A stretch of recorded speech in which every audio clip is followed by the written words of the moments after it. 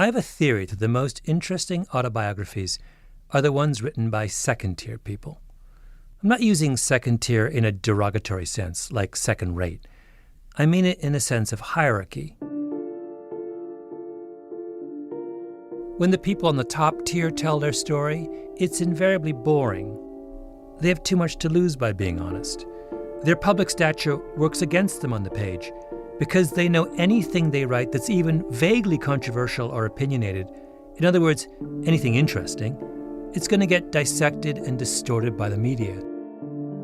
But the memoir of the person under the general or the president or the CEO, the person you've never heard of, that person has a lot less to lose, and their memoirs are where the gold lies. Not long ago, I picked up a book called Company Man, 30 Years of Controversy and Crisis in the CIA. It was by a man named John Rizzo. I checked the book flap for Rizzo's bio. He wasn't the director of the CIA, or the deputy director, or even the head of operations, which is the person who runs all the spies. No, Rizzo was an attorney in the agency's legal department, eventually rising to acting general counsel. When I saw Rizzo's book, I thought, bingo, I have to read this. I was not disappointed. My name is Malcolm Gladwell. You're listening to Revisionist History, my podcast about things overlooked and misunderstood. This episode is about a story John Rizzo tells on page 148 of his autobiography. It's a story about a spy, a very good one, and what happened to him. Right after I read it, I got in touch with Rizzo. I asked him if I could interview him about the story of the spy. He said, of course. Then in his email, he added a postscript. P.S. Interesting that you focused on that episode. When I finished the manuscript, I figured that if any single anecdote in the book would garner public attention, that would be the one. As it turned out, I don't remember anyone ever asking me or otherwise talking about it, which I found puzzling. Yes, it's puzzling. I mean, he was probably 40, maybe. As I say, I saw pictures of him, photos of him at the time.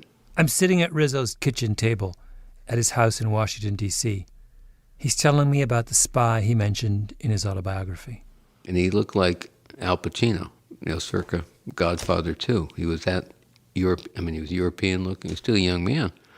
And I think he reached sort of, a stage in his life that he felt remorse, guilt about what he had done in his youth and in his formative years. As simple and confounding as that. I mean, I don't recall another instance of an asset coming to us under those kinds of circumstances. An asset is CIA speak for a source, someone on the inside. This asset, the man who looked like Al Pacino, was a terrorist. Do you know the details of how he approached the CIA to say, I've had a change of heart? I believed he just volunteered his services, and I think he just walked into an embassy. And what do we know about the quality of the information he was providing? It was very good. He was considered highly reliable. And he didn't want much money. That was the other interesting thing. He didn't want money. I mean, most assets, they want money. Why didn't he want money? Because he said that he was doing this for his conscience, to make up, and it was an act of expiation. An act of expiation.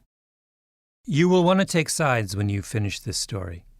My advice to you is, don't.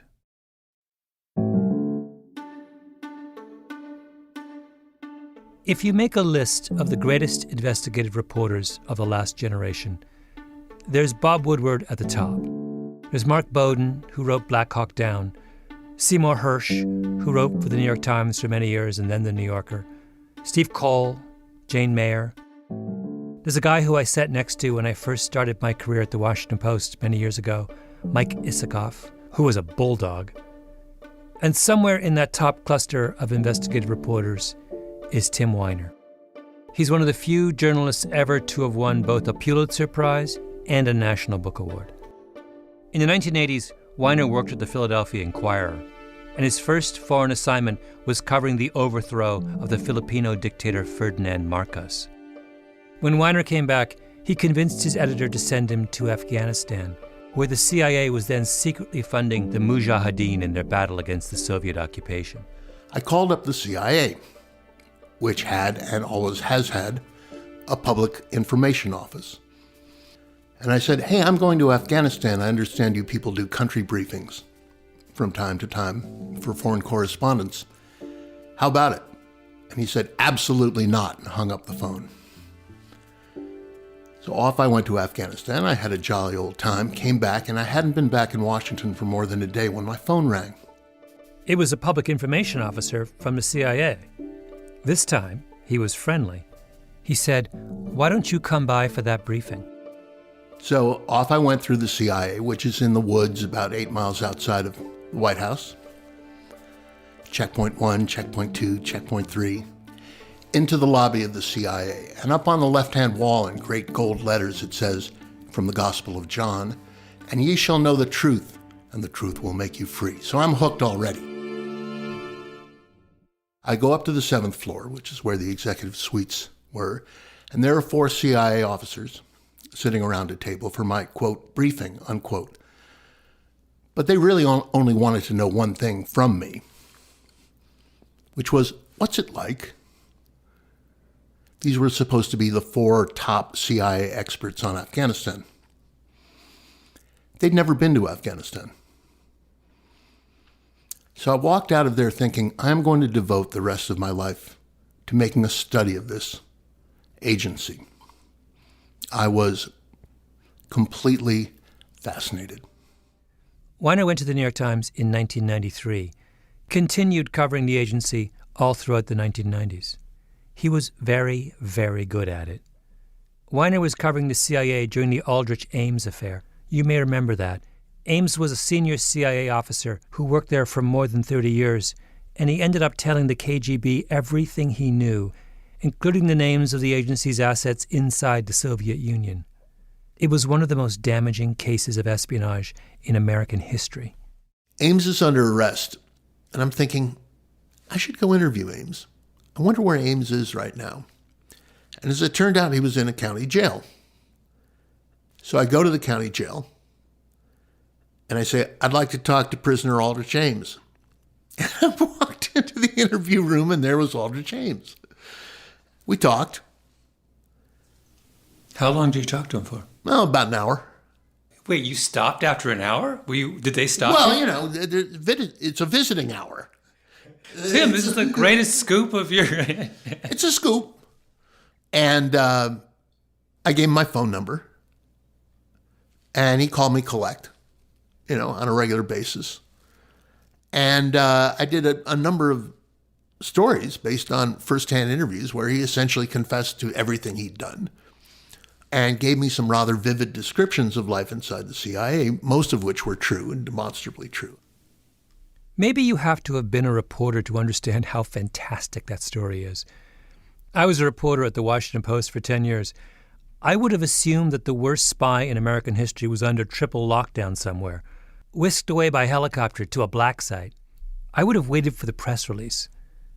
But Weiner is the kind of person who would assume that if the intelligence establishment was naive and disorganized enough to have its clock cleaned by a KGB mole, then it was probably naive and disorganized enough to park that same mole unattended in the county jail.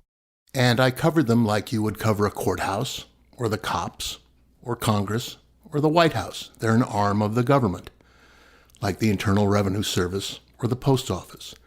They happen to be a secret arm of government.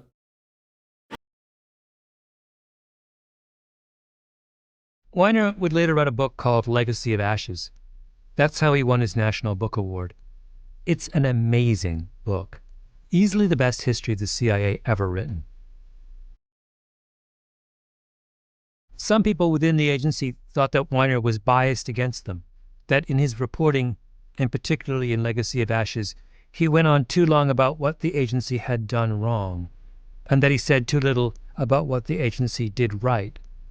I understand why they think that way, but I'm not sure that assessment is fair. Weiner is not biased.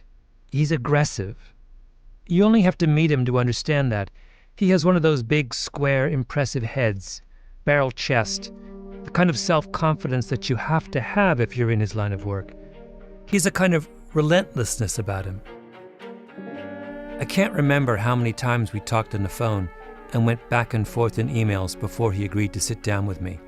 He kept it up for weeks, clarifying, probing. Why do you want to do this story? What are your intentions? Weiner is aggressive because over the course of his career, he needed to be aggressive. It's not like the CIA puts out colorful brochures highlighting its latest initiatives. It's a secret agency. There's a man named Jeffrey Smith who will figure in this story as well. Smith used to be the general counsel for the CIA. He's very much a member of the intelligence establishment, genteel, bookish. He's now in private practice at one of the most prestigious of D.C. law firms, Arnold & Porter. And one of the things that Smith says is, it's a good thing for the agency that reporters like Tim Weiner are aggressive. The agency needs a free press. It keeps you honest. It's not unlike congressional oversight. If any government agency is asked to do something or is considering something, the CIA, you have to think, this is probably something that is going to have to be reported to our two oversight committees. How are they going to react? And what happens if it leaks? How do we explain what we're doing? And that question comes up all the time. And without a press, it wouldn't come up. So CIA needs. Yes. Yeah. Does the CIA always remember that? In the ranks, some people don't see it that way. As you get more senior, you do see it that way. And the senior people have to explain to the younger people as they're coming up through the ranks why that's necessary. Why do we put up with a hugely powerful agency like the CIA, with a budget in the tens of billions, doing things we know very little about? Because we're confident that if the CIA does something truly evil or stupid, the press will find out and let us know. Weiner lives by this idea. He devoted his career to it. What does the CIA look like in the absence of a free press? It looks like the KGB. We have a uniquely American problem here, Malcolm. We're trying to run a secret intelligence service in an open, democratic society. The Russians don't do that. The Chinese don't do that. Not even the British do that. We need to have a constant tug of war between a free press, a cantankerous press, a skeptical press, and the powerful institutions of our government. But there are going to be arguments. Believe me, there were arguments. He's the world's most wanted man, the son of a wealthy Venezuelan lawyer. His profession is spreading terror worldwide. He has links with groups like the most notorious terrorist of the 1970s and 1980s was a man named Ilyich Ramirez Sanchez, also known as Carlos the Jackal. He was born in Venezuela, but worked closely with a radical group called the Popular Front for the Liberation of Palestine, setting bombs, assassinating people. He was thought to be responsible for the deaths of more than 80 people.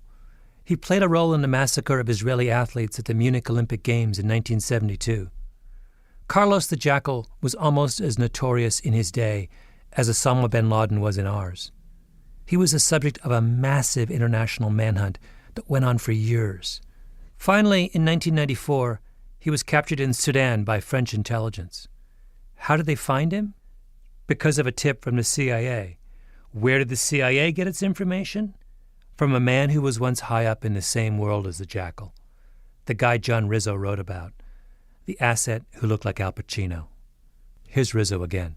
Yeah, usually you work, case officers, work potential sources and assets for months or years before even pitching them to help.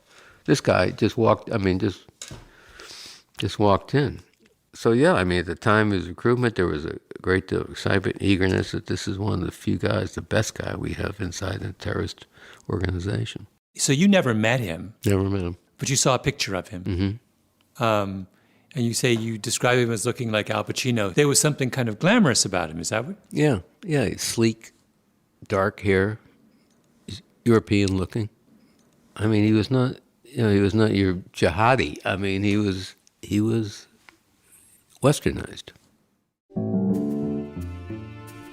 Al Pacino helped the CIA find Carlos the Jackal. But by the following year, the summer of 1995, the CIA found itself in crisis. The Aldrich Ames scandal had devastated the agency's reputation. What's more, the Cold War was over. And since the CIA was essentially created to fight the Cold War, lots of people in Washington, serious people, wondered if the United States even needed the agency anymore. Then all kinds of stories broke about shady characters the agency was mixed up with in Central America. Murderers, drug dealers. It was the last straw. President Clinton brought in a new director, John Deutsch, with the mandate to clean house. Deutsch ordered what's called an asset scrub, a review of every spy, informant, and asset on the CIA payroll, with a specific emphasis on ethical considerations. As the CIA's general counsel, Jeff Smith was in the middle of it. Were there assets who had committed major felonies, human rights violations, or had attacked Americans? And so we added that dimension to the asset scrub that was currently underway. And one of the files the agency reviewed was that of Al Pacino. John Rizzo was Jeff Smith's deputy. He was in the middle of it as well. It was discovered that he had actually committed terrorist acts against Americans, bombings in Europe, and that he had wounded some with his bombs. I mean, obviously the intent was to kill them. Now that was somehow missed. Now, I don't know how it was missed or whether, frankly, it was just overlooked, but it should have been a red flag. You can imagine what some people inside the CIA thought of the asset scrub. The function of a spy service is to find out what the bad guys are doing. And the best way you find out what the bad guys are doing is to have another bad guy tell you, right? So why would you have a rule saying the CIA needs to be extra careful about hiring bad guys? But at the same time, there's a group that says, look, the agency is a mess. We might not have a future unless we clean up our act. We have to play by the rules. So what that meant was we belatedly discovered that we should have reviewed his record before entering into a relationship with him. And we should have actually gone to the law enforcement, the FBI, Department of Justice, at the outset, before we even began a relationship.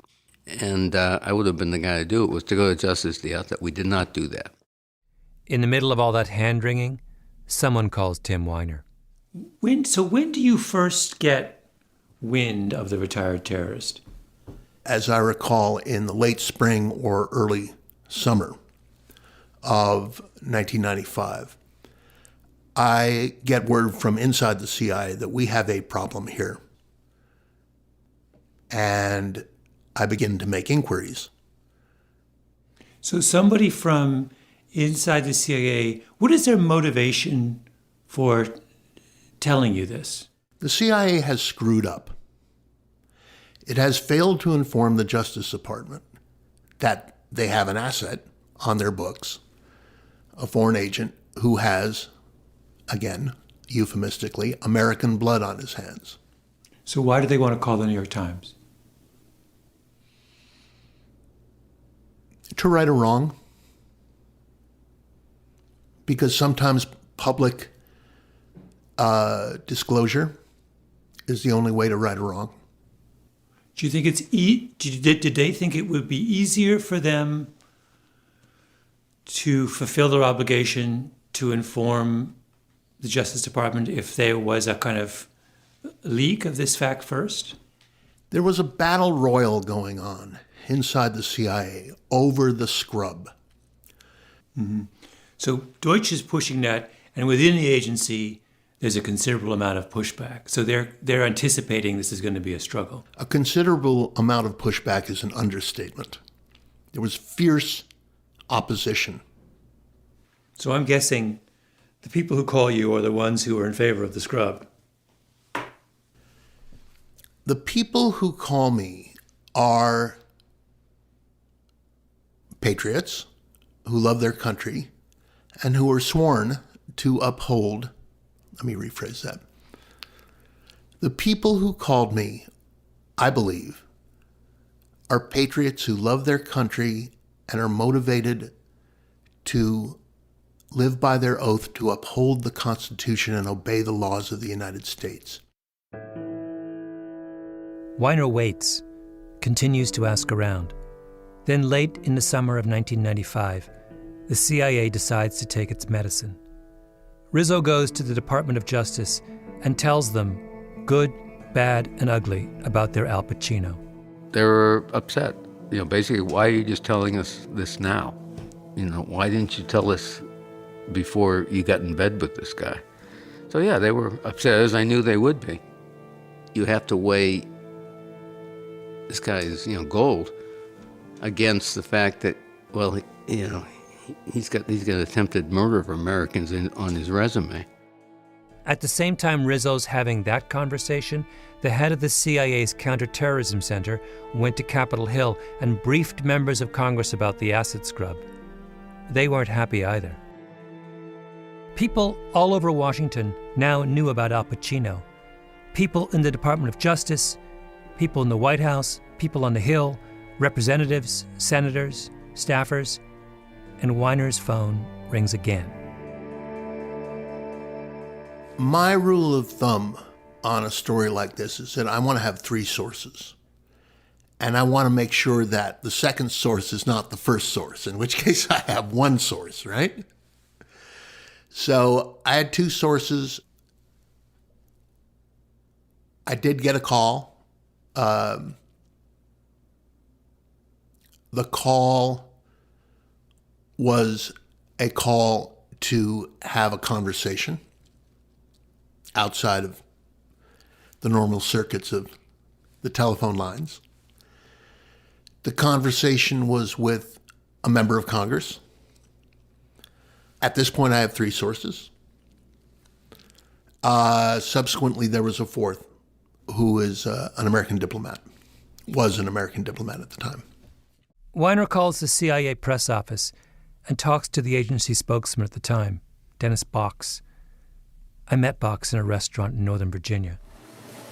And it was at that point where they said, this is not good. This is really going to put somebody at risk. And I said, well, let's invite him in and try to lay out for him, what the risk is. He sat in my office with the head of Counterterrorism Center. Yeah. And do you remember much, what was the nature of the conversation? Well, it was pretty straightforward. He's got a fairly mild demeanor. He's not, at least with us, he wasn't aggressive or abrasive. I mean, he was just kind of laying out, here's what I have, here's what I've been told. But it was the details of this particular asset that got our folks worked up. This particular asset, meaning Al Pacino. Box says the head of the Counterterrorism Center explained all the specific things that, if published, would put Al Pacino in danger. He tried to interest Weiner instead in a broader story about the asset scrub, which wasn't really a secret at that point. These kinds of conversations between reporters and government officials are not unusual. This is how Washington works. In the United Kingdom, there is something commonly known as a D notice, which is a government order issued to a media organization saying you shouldn't publish what you want to publish because it endangers national security. If this story were taking place in the United Kingdom, the minute Weiner called to say, I know about Al Pacino, the British government would have slapped a D notice on him. End of story. But the United States doesn't have D notices. It has a constitutional right to freedom of the press. So what happens instead is a negotiation. The reporter comes in, he or she gets briefed. Maybe the head of the CIA calls the editor of the Washington Post or the New York Times and says, look, we're really uncomfortable with this. Here's why. Just as I was writing this episode, the Washington Post reported that in a meeting with Russian officials, President Trump let slip some very sensitive intelligence from an ally. It was about the intention of Middle East terrorists to use laptops as bombs. Huge story. But if you read the initial news accounts closely, it's obvious that the reporters held some information back. They didn't tell us which American ally gave us that information. It seems like they knew the location of the spy, but they didn't tell us that either. This is what I'm talking about. Somewhere along the line, there was clearly a conversation between those reporters and the CIA, and the reporters listened and then said, we're going to disclose what we think is necessary to make the point about the recklessness of the president, but we're willing to withhold details that you tell us might damage national security. Jeff Smith says he's been involved in lots of these conversations, both on the government end and now on the media end, because he has media organizations among his clients. One of the things I fault the government on is too frequently the government just says, well, harm could result. That then leaves my clients, when I'm on the client side, in the terrible dilemma of saying, well, what's the harm? And the government said, well, we can't tell you. But Smith, as you can imagine, can see the government's side as well. If you're the CIA trying to convince a reporter or an editor not to spill a secret, you have to tell them enough about the secret so that they understand what's at stake. What you don't want to do is reveal even more of the secret than what has already been revealed. And all of this while respecting the fact that the press in America can, at least in principle, do pretty much whatever it wants. What the government tries to do is indicate gradations of harm. This is really bad. This is less bad. And leaving the editorial judgments to the press. But the government should not be in the business of saying, we agree you can print this. It's tricky. From the national security side, you have to trust the editors or the publishers or whomever you're talking to, and tell them why, and as specific as you can, what the harm would be, so that they can make a judgment. It's then incumbent upon the editors to take that seriously. This is exactly the kind of elaborate dance Weiner and the head of the Counterterrorism Center are having in the summer of 1995. In Rizzo's book, he says that some of the things the counterterrorism chief told Weiner left him bug-eyed with shock. Weiner says that's nonsense, but the point is this: their conversation wasn't the CIA giving instructions to the New York Times. That's not how the balance between a free press and a clandestine service works. Did the counterterrorism chief say to you, don't mention this guy at all? It was a strong preference of the counterterrorism chief that certain identifying details that were known to me stay out of the public realm. And I agreed with that. I mean, what is the point of publishing the guy's country of origin, the intelligence service he worked for, the specific time and date and place of the attacks? Does the reader need to know that? No. The story's about the balancing test. I knew who he worked for, I knew the specific time and place of the attacks, and I knew how grievous the attacks had been.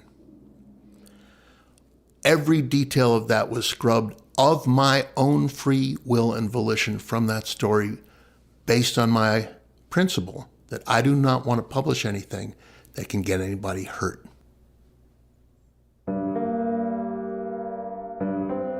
But Weiner made it clear to the CIA that he wasn't going to leave Al Pacino out of the story entirely. He was going to reveal that Al Pacino was the source who helped find Carlos the Jackal. That Pacino had, and I'm quoting from the story Weiner eventually wrote, a brutal resume. He had been involved in 2 bombings in Western Europe in the mid-1980s that had injured Americans. And he had only broken with his terrorist group in 1987. 4 separate people, someone inside the CIA, a congressman, a diplomat, and someone else in the know, had told Weiner about Al Pacino. Al Pacino was the person about whom the agency had failed to tell Congress and the Justice Department. From Weiner's perspective, Al Pacino was the story. Jeff Smith says that when he realized what Weiner intended to publish, his heart sank. What was in general, the feeling within the agency about the possibility of this story being written? Anger. Anger that it had leaked so quickly. And then a real desire that we do all we could to not have the details of what this individual had told us and what happened to come out. When you say what happened, do you mean, are you talking specifically about this individual's involvement with fingering or helping to find Carlos Pacheco? Yeah. To your mind, that was the identifying? Yes. The agency scrambled to get in touch with Al Pacino. They had to warn him. Here's Rizzo again. You can't just call up an asset and say, meet me in a cafe around the corner in an hour. I mean, they'd have located him, signal that an emergency meeting was necessary. I think the meeting actually took place either just immediately before the story came out or on the day the story came out. And what did the asset say during the meeting when told this? Well, I was told that he was flabbergasted, felt absolutely betrayed. How could this happen? How could you do this to me? I'm a dead man. And our case officer broke the news to him, offered immediate evacuation, safe haven, get him the hell out of there. And he refused. He just walked away. He said, you betrayed me, and that was it. He just walked.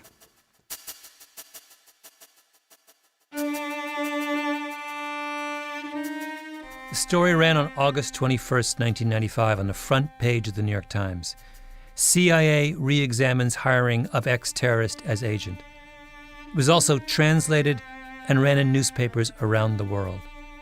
Al Pacino's case officer put a copy of the Greek version on his wall. And when the case officer was asked why, I'm told he said, "I do this because it is a reminder to all of us in this division about the consequences of breaking faith with your asset." One of the most famous of all New Testament stories is what happened to Saul of Tarsus on the road to Damascus. Saul was a strong opponent of the early Christian church. He persecuted the early Christians, the Bible says, beyond measure. He stood by and watched as one of the earliest of Jesus' followers, Stephen, was stoned to death. And then one day, on the road to Damascus, Saul had a vision of the resurrected Jesus and converted to Christianity. Saul became Paul, cornerstone of the early Christian church. Saul was allowed to become Paul. That's the point of the story of Paul's epiphany. He had been the sworn enemy of the early church, and then he said that he had changed his mind, that he regretted his previous acts, and he was forgiven. That idea that we are allowed to transform ourselves has been central to our culture ever since. The man we've been calling Al Pacino was a sworn enemy of the West. He helped plant bombs in Western Europe that killed and injured innocent people. And then he had an epiphany. He walked into an American embassy. He said, "I don't want money. I just want to atone for the evil that I have done." But in Al Pacino's case, we did not allow him to transform himself. The CIA went to Congress and the Department of Justice to confess they had hired an ex-terrorist with a terrible past, even though he was an ex-terrorist who only came to us because he had repudiated his terrible past. The Justice Department says, "Why didn't you tell us before you got in bed with this guy?" As if he were still the guy you would never want to get in bed with. The headline to Weiner's story says, "CIA re-examines hiring of ex-terrorist as agent," as if the central fact about Al Pacino was his past associations, his brutal resume, as Weiner put it. A resume is a list of accomplishments. But Al Pacino did not consider his past record an accomplishment. He wanted to repudiate it. That was the whole point of him walking into an embassy and offering us everything he knew. Remember what Rizzo said about why Al Pacino did not want money? He said he was doing this for his conscience. It was an act of expiation. Expiation is the act of making amends or reparation for guilt or wrongdoing. Atonement. He asked for atonement. We pretended to give it to him. Then we took it away. What's wrong with us? So what happened to Al Pacino? I think you can guess. Very soon after the New York Times story ran, he was killed by his former terrorist colleagues. They identified him. They tracked him down. When I said at the beginning that you would feel the urge to take sides and that you shouldn't, I was talking about this moment. We can argue all day about what is and is not an appropriate leak, or about who's to blame when negotiations break down between the government and the press over a sensitive story. But if you get too lost in picking a side in that argument, you lose track of Al Pacino, whoever he was, this man who risked his life for a country other than his own, asking only in return that he be granted absolution.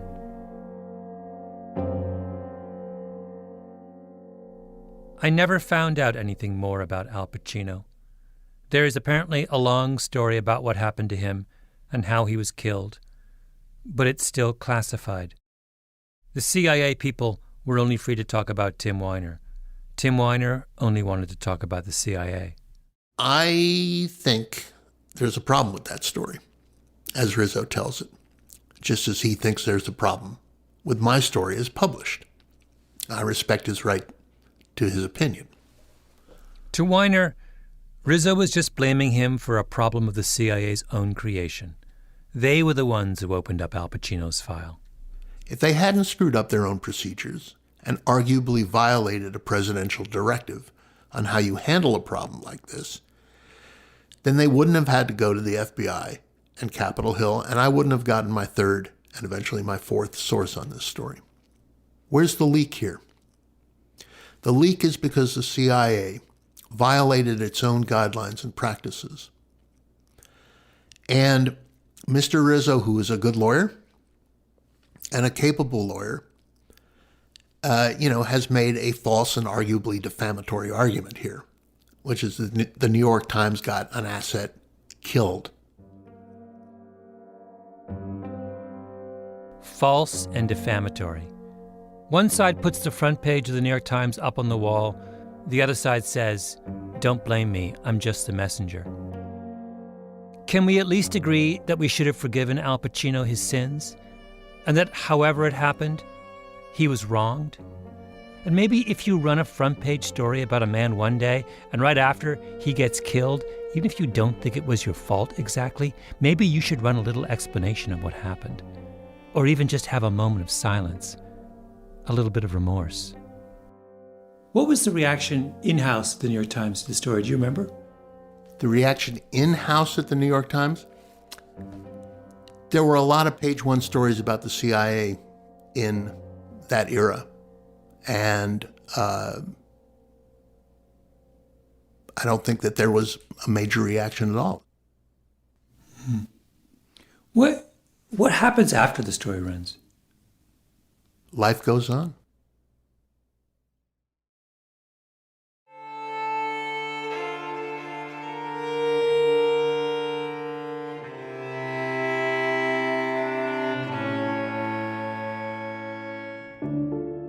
Revisionist History is produced by Mia Lobel and Jacob Smith with Camille Baptista, Stephanie Daniel, and Xiomara Martinez-White. Our editor is Julia Barton. Flawn Williams is our engineer. Original music by Luis Guerra. Special thanks to Andy Bowers and Jacob Weisberg at Panoply. I'm Malcolm Gladwell.